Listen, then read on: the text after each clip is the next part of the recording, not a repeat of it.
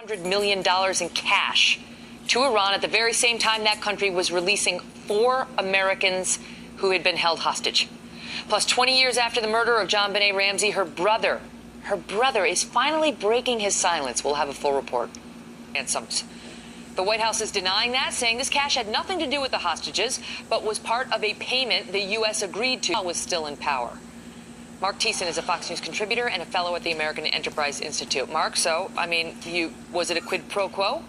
Of course it was a quid pro quo. Their denials are completely laughable. I mean, first of all, the Wall Street Journal reports that U.S. officials admitted to the Journal that Iranian negotiators on the hostage deal were actually asking for this money in exchange as a sign that they were making progress. So this was literally a specific request the Iranian hostage negotiators were making. And second of all, if it wasn't a ransom deal, why the secrecy?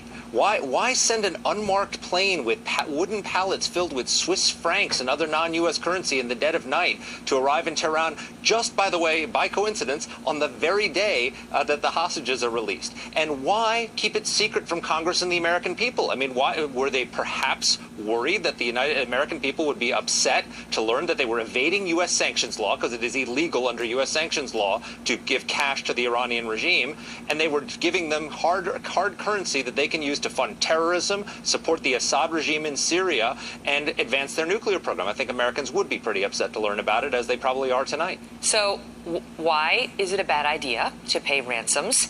And why do you think we did it, if that's what we did?